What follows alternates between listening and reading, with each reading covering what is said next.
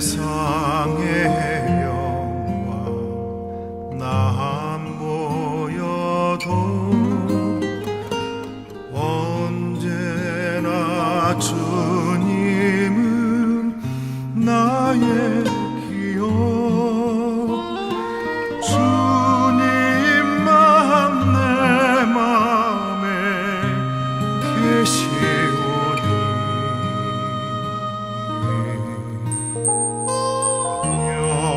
영원한 주님 참 귀하셔라.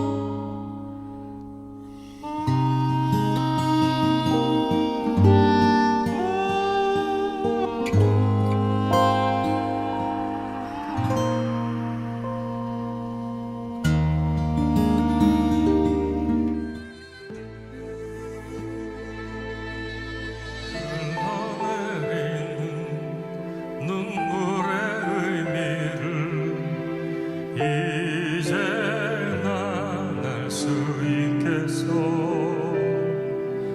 죽어가는 영혼 바라보시는 아버지의 마음. 이제 더 이상 바라볼 순 없어. 그들에게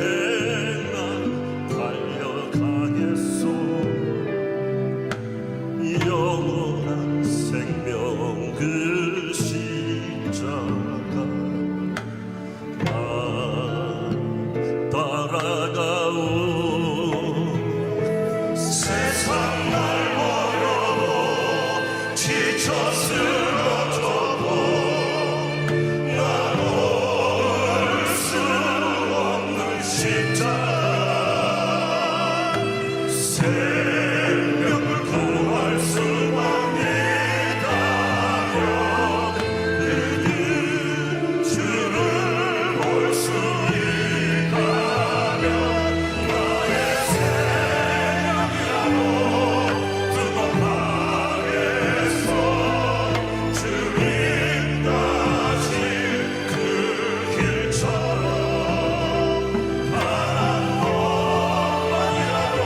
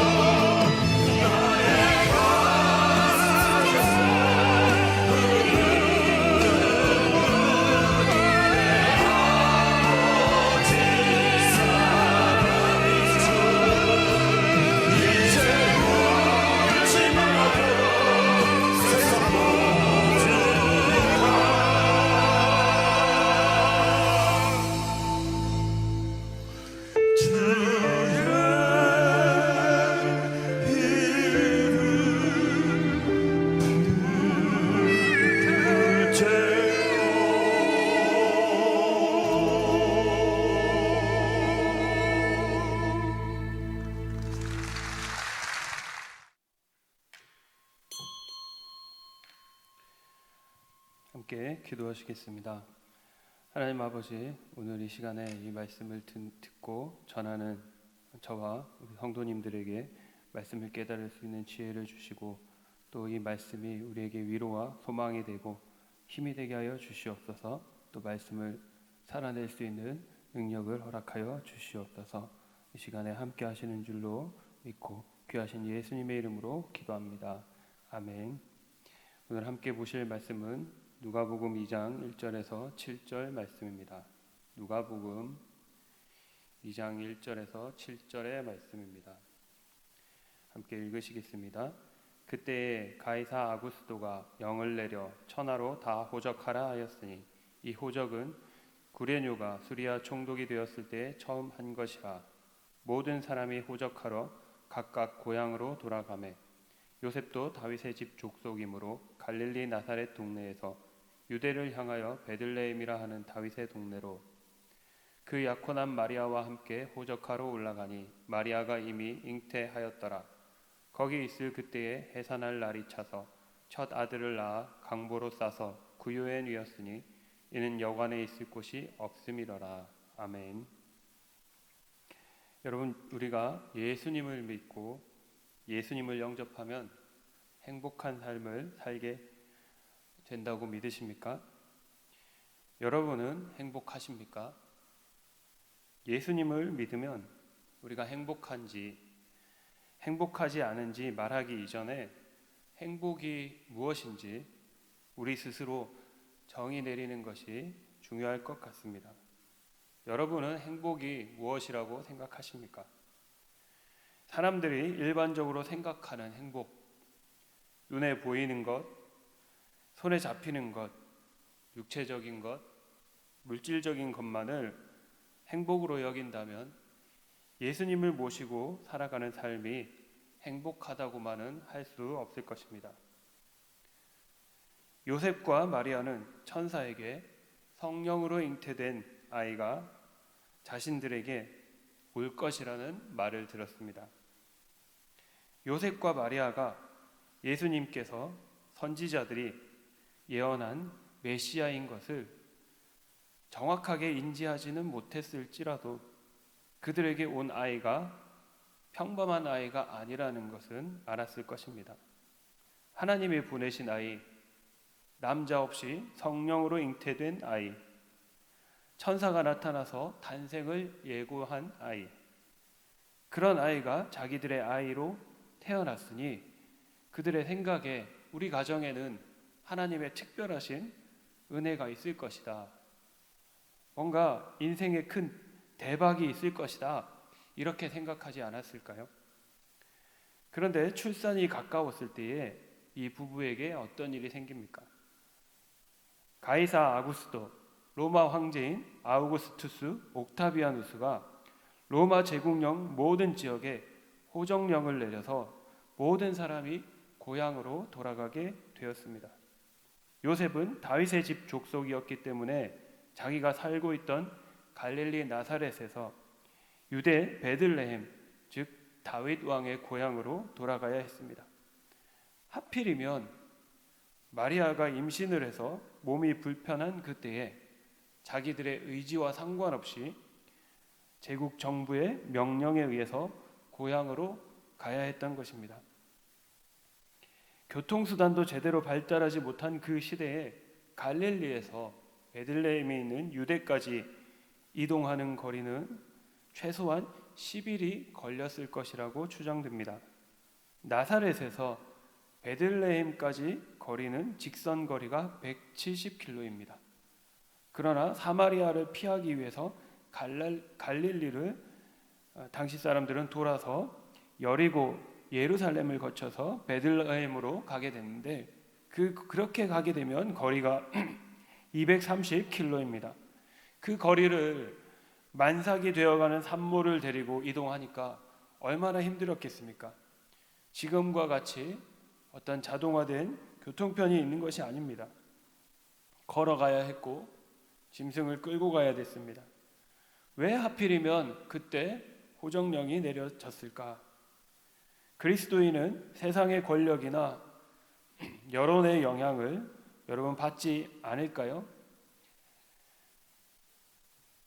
정부가 세상의 권력이나 여론이 국민이나 대중을 대상으로 어떤 정책이나 일들을 벌일 때에 그리스도인들은 자신들에게 불편함이나 손해가 된다면 그것에서 열애가 될 수 있을까요?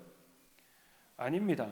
그리스도인도 세상 속에서 살고 있고 한 나라의 국민으로서 살아가고 있기 때문에 그 나라의 정책과 그 나라의 어떤 일들, 여론에 영향을 받을 수밖에 없습니다. 그럴 때에 우리 속에서는 불평이 생길 수 있습니다. 마리아와 요셉은 베들레헴에 도착하니 잘 곳도 아이를 낳아 눕힐 곳도 마땅히 없었습니다. 아니, 태어나시는 분이 하나님이 천사를 통해서 예고한 아이라면, 하나님의 아들 메시아라면 하나님께서 좋은 환경에서 아이를 낳고 아이를 키울 수 있도록 준비해 주셔야 되는 것이 아니겠습니까? 하나님의 아들을 모신 이 가정을, 그것도 아직 신혼 첫날 밤도 제대로 지내지 못한 이 부부에게 아이를 주셨으면서도 말입니다. 여러분이 요셉이라면, 마리아라면 어떠시겠습니까? 천사가 와서 계시해 준 아이를 품었는데 왜 이렇게 힘든 일이 생기고 불편한 일이 생기고 어려운 일이 생기는 것일까요? 우리에게도 마찬가지인 일들이 생긴다라는 것입니다. 우리가 예수님을 믿고 예수님과 동행하는 신앙생활을 하고 있음에도 불구하고 이 세상 가운데 살아갈 때에 세상 사람들과 똑같이 수고하고 불편하고 힘든 일들이 생긴다라는 것입니다. 그런데 때로는 저와 여러분에게 생기는 그런 불편하고 힘들게 느껴지는 그 상황들도 사실은 하나님의 계획 가운데 다 들어가 있습니다. 중요한 것은 저와 여러분이 이 땅의 삶을 살아가면서 편하게 사느냐 불편하게 사느냐 그것이 아니고 저와 여러분이 하나님의 뜻 안에서 순종하면서 움직이고 있는가 하는 것입니다. 신앙인의 참된 행복은 무엇인가? 이 땅 사람들이 생각하는 것처럼 잘 먹고 잘 사는 것이 아니라 하나님의 뜻이 우리를 통해서 우리를 향하신 하나님의 계획대로 온전히 이루어지는 것이 참된 행복입니다. 그것이 성경이 말하고 있는 그리스도인의 행복입니다. 메시아이신 예수님이 베들레헴에서 태어나는 것은 선지자들을 통해 미리 예언되어진 것입니다. 하나님께서는 이 예언의 말씀이 이루어지도록 요셉과 마리아를 베들레헴으로 돌려 보내신 것입니다. 그것도 로마의 황제를 통해서. 세상은 로마 황제가 통치를 하고 로마 황제를 중심으로 역사가 흘러가는 것으로 여기지만 사실은 하나님께서 하나님의 계획하신 것을 이루기 위해 로마 황제 자신도 모르게끔 그 사람을 통해서 일하게 하신 것입니다. 요셉과 마리아에게는 불편하고 힘든 일이었지만 하나님은 이 일을 통해서 하나님의 뜻을 이루고 계신 것입니다. 저와 여러분이 예수님과 동행하는 삶은 이 세상이 생각하는 일반적인 의미의 행복을 추구하는 삶이 아닙니다. 예수님과 동행할지라도 그리스도인일지라도 거기에는 불편함과 수고가 있고 또 위험과 위협이 있습니다. 왜 그럴까요? 하나님의 말씀이 성취되어야 되기 때문에 때로는 우리가 그 성취됨을 위해서 어려움과 수고를 감당해야 하고 또 이 세상의 신인 사탄이 예수님을 싫어하며 하나님의 뜻이 성취되는 것도 싫어하고 그 뜻이 우리를 통해서 이루어지는 것, 우리가 하나님 편에 서 있는 것도 싫어하기 때문입니다. 믿지 않는 사람들은 세상에서 행복을 얻기 위해서 사실은 그 사람들도 불편함과 수고와 참음과 인내를 경험하면서 살아갑니다. 그런데 예수님과 동행하는 저와 여러분은 그런 세상 사람들이 추구하는 행복을 얻기 위해서 불편하고 수고하고 참고 인내하는 것이 아닙니다. 저와 여러분은 하나님의 뜻이 나를 통해서, 우리를 통해서 온전히 이루어지게끔 되어지기 위해서 우리가 참고 수고하고 때로는 불편을 겪고 인내하는 삶을 사는 것입니다. 왜 그렇습니까? 우리는 참된 행복이 이 땅에서 잠깐 있다가 없어지는 것들에 있는 것이 아니라 하나님이 우리를 위해 예비하신 영원한 나라에 있음을 믿기 때문입니다. 영원한 것에 가치를 두고 살아가야 합니다. 일락을, 한순간의 즐거움을 사랑하는 자는 망한다라고 말씀하셨습니다. 참되고 영원한 것을 위해서 눈에 보이는 잠깐의 것들을 포기하는 것이죠. 하나님은 희생과 수고를 통해서, 믿는 자들의 희생과 수고를 통해서 하나님의 역사를 이루어 가십니다. 그리고 거기에 하나님의 기적과 능력이 나타나는 것입니다. 박지성 선수가 쓴 책이 있는데 그 책의 제목이 더 큰 나를 위해 나를 버리다입니다. 박지성 선수는 최고의 축구 선수가 되기 위해서 자기의 자존심과 편안함을 버렸습니다. 어떤 사람들이 찾아와서 기분 나쁘게 충고할지라도 그것을 기분 나쁜 말로 받아들이지 않고 자기를 바꿀 수 있는 계기로 받아들였습니다. 그렇게 할 때는 자존심을 내려놓고 불편함과 인내를 훈련해야 되는 것이죠. 그러나 우리 그리스도인들은 하나님의 뜻을 온전히 이루고 영원한 나라에 들어가기 위해서 우리 자신을 버려야 합니다.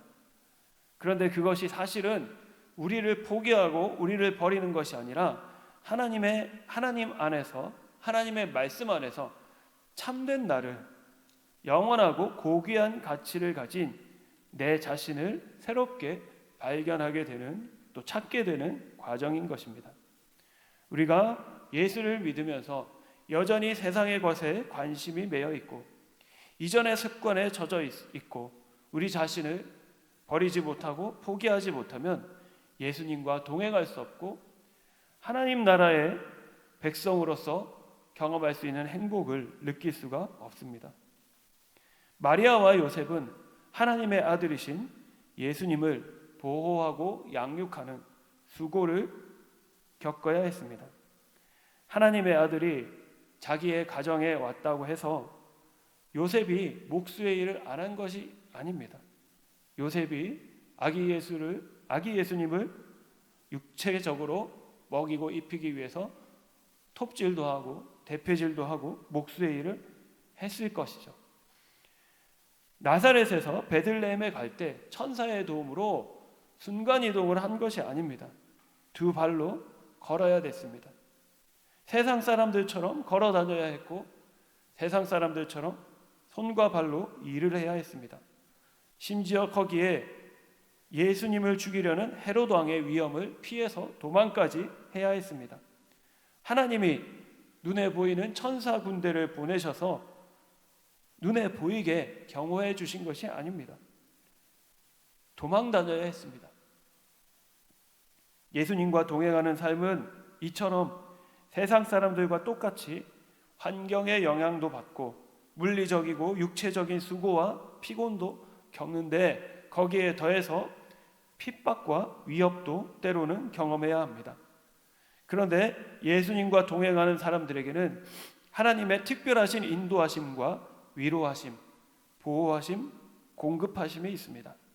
하나님께서는 마리아와 요셉에게 천사를 보내셔서 예수님을 죽이려는 헤롯을 피하게끔 하셨습니다. 또 마리아와 요셉에게 동방박사들과 목자들을 보내셔서 그들을 위로하게 하셨습니다. 요셉에게는 꿈으로 나타나셔서 계시도 해주셨습니다. 우리가 성경에 기록되어 있지는 않지만 예수님의 어린 시절, 예수님이 사역을 시작하시기 전까지 요셉과 마리아는 예수님과 동행하는, 예수님을 양육하는 불편함과 수고와 위험을 감당했을 것입니다. 그런데 동시에 거기에는 하나님의 위로하심과 보호하심과 공급하심이 분명히 있었을 것입니다. 예수님의 제자들을 생각해 보십시오. 사도들을 생각해 보십시오. 그들은 예수님을 따르기 위해서 모든 것을 버렸습니다. 모든 것을 버리고 따랐음에도 불구하고 그들은 때로 불편해야 했고 수고해야 했고 위험을 감당해야 했습니다. 예수님과 함께 두 발로 걸어다니면서 사역을 했습니다. 어떤 때는 예수님을 찾아온 사람들을 섬기느라 밥 먹을 시간도 없었다라고 기록되어 있습니다. 그러면서도 그들은 바리새인과 사두개인들, 종교 지도자들의 공격도 받아야 했습니다. 나중에는 감옥에 갇히고 매를 맞고 순교하기까지 했습니다. 여러분, 그것이 그들이 과연 세상적인 의미에서 행복했을까요? 예수님과 동행하는 것이 세상적인 의미에서 기쁨이었을까요? 그런 행복이 아닌 것입니다. 그런 기쁨이 아닌 것입니다. 우리가 예수님과 동행할 때에 경험하게 되는 행복은 우리가 하나님의 사람으로서 쓰임받고 우리를 통해서 하나님의 뜻이 성취되어지고 그래서 하나님의 온전한 백성이 되는 것이 참된 행복입니다. 사도 바울이 빌립보 교회 성도들에게 이렇게 말했습니다. 만일 너희 믿음의 재물과 섬김 위에 내가 나를 전제로 드릴지라도 나는 기뻐하고 너희 무리와 함께 기뻐하리니 이와 같이 너희도 기뻐하고 나와 함께 기뻐하라. 바울은 지금 빌립보 성도들을 위해 자기가 전제, 부어지는 제물로 드려질지라도 이것은 순교를 의미합니다. 자기가 순교할지라도 기뻐하겠다는 것입니다. 여러분, 이게 세상적인 의미에서 생각으로 이해가 되는 말입니까? 근데 바울은 기뻐한다라고 말하고 있습니다. 그러니까 행복에 대한 가치관이 이 세상의 삶에 대한 가치관이 세상 사람들과 다른 것입니다. 성도님 여러분은 행복에 대한 어떠한 가치관을 가지고 있으십니까? 무엇이 행복이라고 생각하십니까? 무엇을 얻기 위해서 예수님을 믿고 교회를 나오고 계십니까? 사도 바울은 하나님의 일에 자기가 쓰임받고 하나님이 기뻐하시는 열매를 거두는 것이 자기 생의 기쁨이라고 말하고 있습니다. 왜? 그것은 끝나는 것이 아니라 이 땅의 삶으로 끝나는 것이 아니라 영원한 가치를 지닌 것이기 때문입니다. 일제치하에서 신사참배를 반대하신 주기철 목사님의 마지막 유언 설교에 이런 말씀이 있습니다. 나의 사랑하는 교우 여러분, 그리스도의 사람은 살아도 그리스도인답게 살고 죽어도 그리스도인답게 죽어야 합니다. 죽음이 무서워서 예수를 저버리지 마십시오. 풀의 꽃과 같이 시들어 떨어지는 목숨을 아끼다가 지옥에 떨어지면 아니 두렵습니까? 한 번 죽어서 영원한 천국의 복락이 즐겁지 않겠습니까? 이 주목사가 죽는다고 슬퍼하지 마십시오. 나는 내 주님 밖에 다른 신 앞에서 무릎을 꿇고는 살 수가 없습니다. 더럽게 사는 것보다 차라리 죽고 또 죽어 예수님을 향한 정절을 지키려고 합니다. 주님을 따라 나의 예수님을 따라서 죽는 죽음은 나의 기도입니다. 나에게는 일사가구가 있을 뿐입니다. 소나무는 죽기 전에 찍어야 씨 푸르고 백합화는 시들기 전에 떨어져야 향기롭습니다. 세례 요한은 33세, 스데반은 청장년에 뜨거운 피를 뿌렸습니다. 이 몸도 시들기 전에 주님의 제단에 제물이 되어지기를 원합니다. 이렇게 설교하셨습니다. 아마 40대의 나이인 것으로 제가 알고 있습니다. 어떻게 이렇게 말씀하실 수 있을까요? 참된 행복은 영원한 가치가 있는 것이라고 믿기 때문이죠.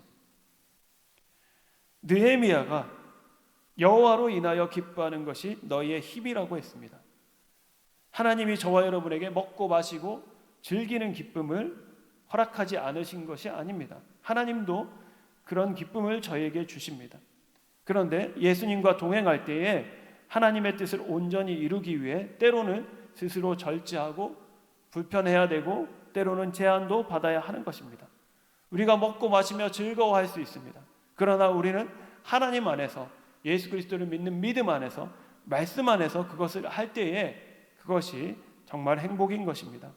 예수님과 동행하고 있지 못하면서 먹고 마시고 즐기는 것은 참된 기쁨이 아니고 행복이 아닙니다. 영원하지 못하기 때문입니다. 오늘 우리는 제자들처럼 눈에 보이는 예수님과 동행하는 것이 아닙니다. 그러나 저와 여러분 안에 누가 계십니까? 예수님이 성령으로 함께 하십니다. 성령님과 동행하는 삶을 살려고 할 때 우리는 예수님과 동행하는 제자들, 사도들이 겪은 것과 같은, 요셉과 마리아가 겪은 것 같은 불편함과 수고와 위험을 당해야 합니다. 성령님과 동행할지라도 여러분은 직장에 일을 하셔야 됩니다. 우리의 몸으로 해야 하는 일들이 있습니다. 불편함을 겪어야 합니다. 세상 사람들처럼 일도 하고 공부도 할 뿐 아니라 동시에 말씀과 기도 생활도 반드시 해야 합니다. 또 사람들의 조롱과 핍박도 받아야 합니다. 말씀에 순종하기 위해 때로는 손해도 봐야 하고 내 것도 포기해야 됩니다. 그것이 바로 예수님이 나를 따라오려거든 지고 따라오라고 하신 그 십자가인 것입니다. 우리 안에 계신 성령님과 동행하기 위해 지고 가야 하는 우리의 십자가인 것입니다. 그런데 이렇게 십자가를 지고 따르는 사람에게는 요셉과 마리아와 제자들이 경험한 것과 같은 인도하심도 있고 위로와 보호하심도 있고 열매와 상급도 있음을 믿으시기 바랍니다. 오늘 여러분 예수님과 동행하고 계십니까? 예수님과 동행하기 위해 십자가를 지고 따르고 계십니까? 여러분 안에 계신 성령님이 마리아의 태 속에 계셨던 예수님처럼, 또 요셉과 마리아의 가정에서 양육받으신 예수님처럼 편안하게 계신가요? 성령을 근심하게 하지 말라고 하셨습니다. 어떻게 보면 그분은 정말 아기이신 예수님과 같은 분입니다. 쉽게 우리가 그분께 상처 드릴 수 있습니다. 우리의 생각이나 습관이나 불순종이 성령님을 근심케 하고 심지어는 떠나시게 할 수도 있는 것입니다. 만약 그렇게 된다면 우리는 땅에서는 잠깐 재밌을지 몰라도 영원한 행복을 얻지 못할 것입니다. 성령님을 모시고 살면 우리가 때로 불편합니다. 내가 하고 싶은 것을 할 수 없을 때가 많습니다. 내 감정대로 표현하지 못할 때가 많습니다. 그런데 그것이 사실은 참된 행복입니다.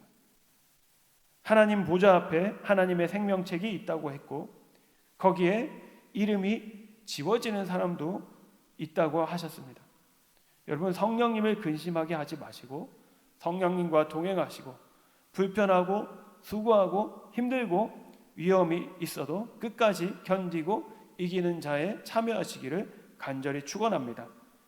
그런 사람에게 영생복을 주시고 그 이름이 결코 생명책에 지워지지 않는다라고 약속하셨습니다. 매일 매순간 성령님과 동행하기 위해 요셉과 마리아 제자들처럼 우리를 드리고 우리의 시간을 드리는 저와 여러분 되기를 간절히 축원합니다. 기도합니다.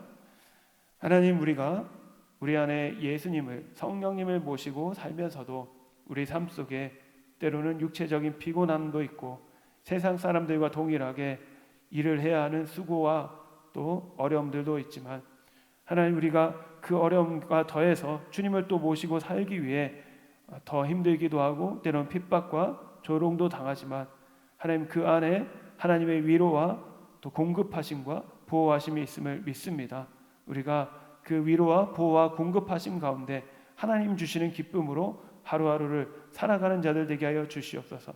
주님을 모시고 사는 삶이 왜 이렇게 피곤하고 괴로운가, 불평하는 자가 아니라 그 가치를 알지 못하는 자가 아니라 육체적으로는 때로는 힘들지라도 주님을 모시고 사는 삶이 영원한 가치가 있는 것임을 깨달아 그 안에 참된 행복을 느끼고 체험하고 감사와 기쁨으로 살아가는 우리 모두 되게 하여 주시옵소서. 감사드리며 귀하신 예수님의 이름으로 간절히 기도합니다. 아멘.